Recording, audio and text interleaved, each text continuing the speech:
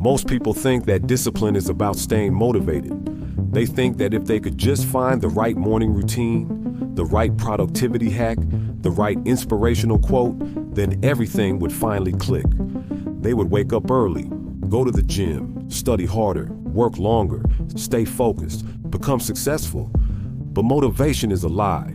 Motivation is nothing more than an emotion.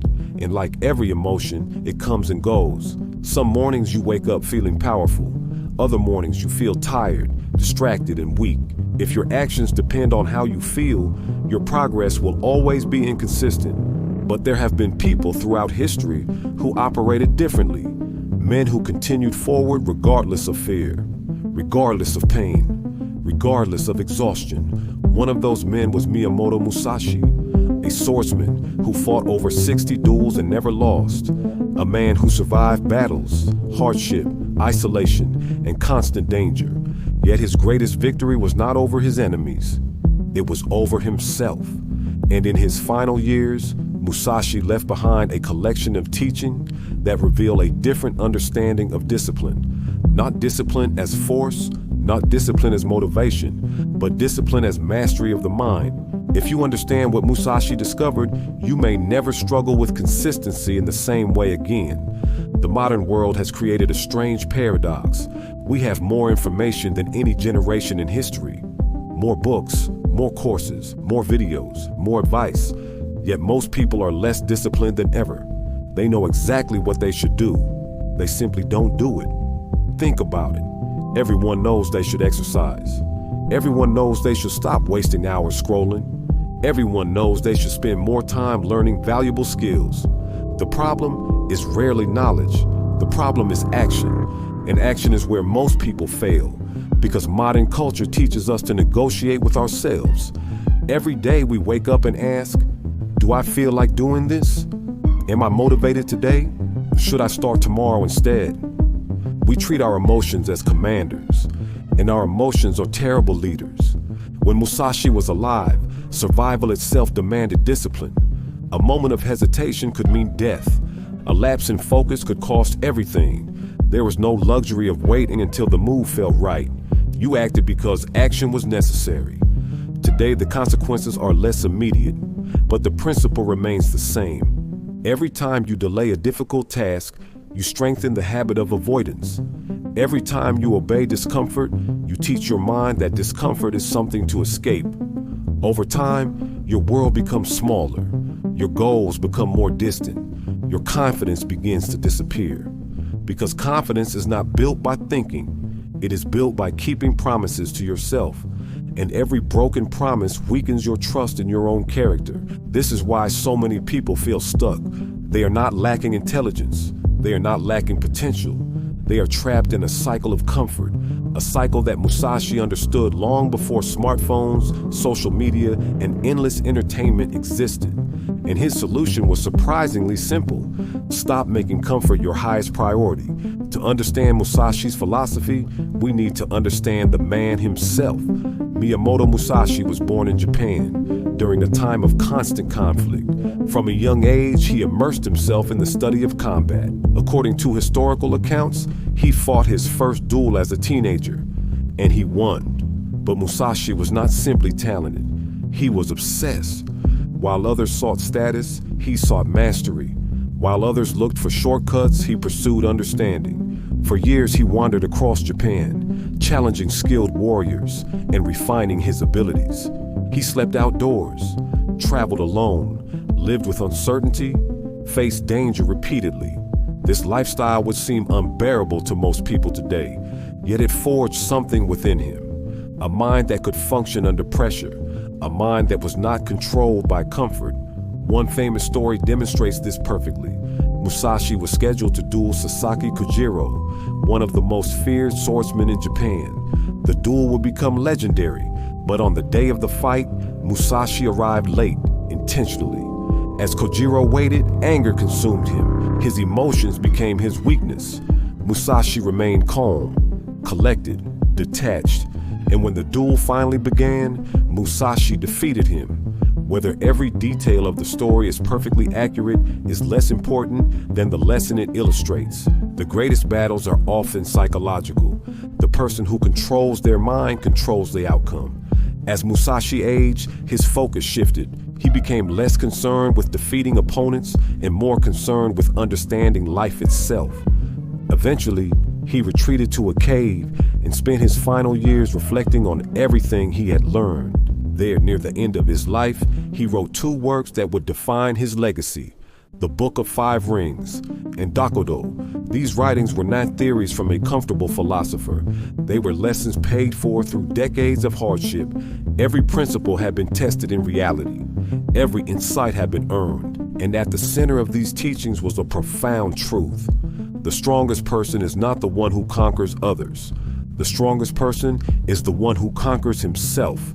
Musashi's philosophy of discipline can be distilled into several powerful principles. The first is this: do not depend on pleasure. One of the most famous lines from Dakodo is, "Do not seek pleasure for its own sake." At first glance, this sounds extreme, but Musashi was not saying that enjoyment is evil. He was warning against becoming dependent on it. Most people only act when the task feels enjoyable. They only work when motivated, only train when inspired, only study when interested. But the moment discomfort appears, they stop.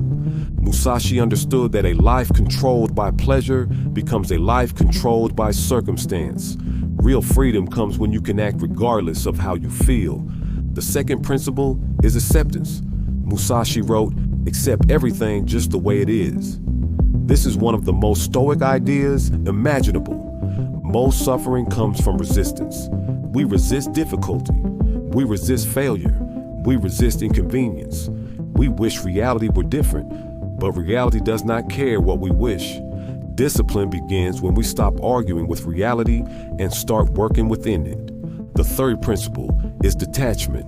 Musashi warned against becoming attached to possessions, status, opinions, or outcomes. Why? Because attachment creates emotional weakness.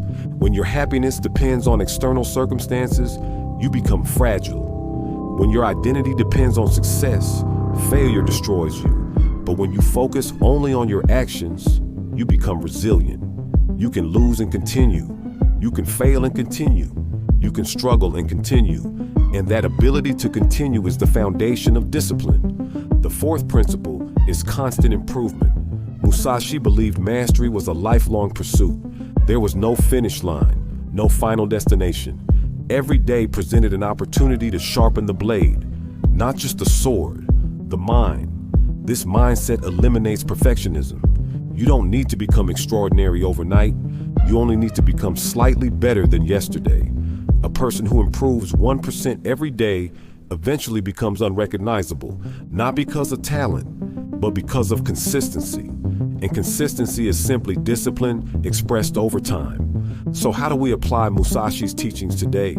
How do we become unbreakably disciplined in a world designed to distract us? The first step is to stop negotiating with yourself. When it is time to work, work. When it is time to train, train. Remove the debate. Every negotiation drains energy. Every decision creates friction. Disciplined people often appear mentally stronger because they make fewer decisions. They simply execute. The second step is voluntary discomfort. Do difficult things on purpose. Take the cold shower. Wake up when the alarm rings. Finish the workout. Study for another hour. Walk instead of driving when possible. Not because these actions are magical, but because they train obedience to your higher self. Every time you willingly choose discomfort, you strengthen your ability to act despite resistance. The third step is to focus on systems rather than outcomes. Most people become obsessed with results. The physique, the money, the grades, the business. Musashi focused on practice, and practice is always within your control. Ask yourself, did I complete today's work? Did I honor today's commitments? Did I execute the process? If the answer is yes, you are succeeding, regardless of the outcome. The fourth step is to eliminate unnecessary distractions. Musashi often sought solitude because solitude reveals the truth. When there is no entertainment, no notifications, no noise. You are forced to confront yourself, and that is uncomfortable. But growth lives on the other side of discomfort. Create periods of silence, put your phone away, sit alone with your thoughts, read, write, think, train your attention like a muscle. Because attention is becoming one of the most valuable skills in the modern world. Finally, adopt Musashi's identity. Stop saying, "I'm trying to become disciplined." Instead say, "I'm a disciplined person." The difference is subtle but powerful. Your actions follow your identity. If you see yourself as someone who keeps promises, you will begin acting accordingly. If you see yourself as someone who does difficult things become normal. Identity shapes behavior, and behavior shapes destiny. Miyamoto Musashi's greatest lesson was never about combat. It was about self-mastery. The battle was never against another swordsman. The battle was against laziness, against fear, against distraction, against weakness. The same enemies we face today. Every morning, there is a version of yourself that seeks comfort, and there is a version of yourself that seeks growth. The disciplined life is simply the decision to choose growth more often than comfort. Not once, not when you feel inspired, but every day, again and again. Because discipline is not a trait you are born with. It is a skill, a practice, a way of living. And like a sword, it becomes sharper every time it is used. Years from now, your life will reflect the choices you repeatedly made, the days you trained when you didn't want to, the days you worked when nobody was watching, the days you continued when quitting would have been easier. Those moments seem insignificant at the time, but together they become character, and character becomes destiny. As Musashi himself understood, the path to mastery is not found in grand gestures. It is found in daily victories over yourself. So the next time you don't feel motivated, the next time your mind tells you to wait until tomorrow, remember this: motivation is temporary, discipline is permanent, and the person who learns to act regardless of emotion becomes almost impossible to stop. Because once you conquer yourself, there's very little left in this world that can defeat you. If you want to learn more about philosophy and how to master your mind, please consider liking and subscribing. That shows that you guys like this type of content and that I should continue making it.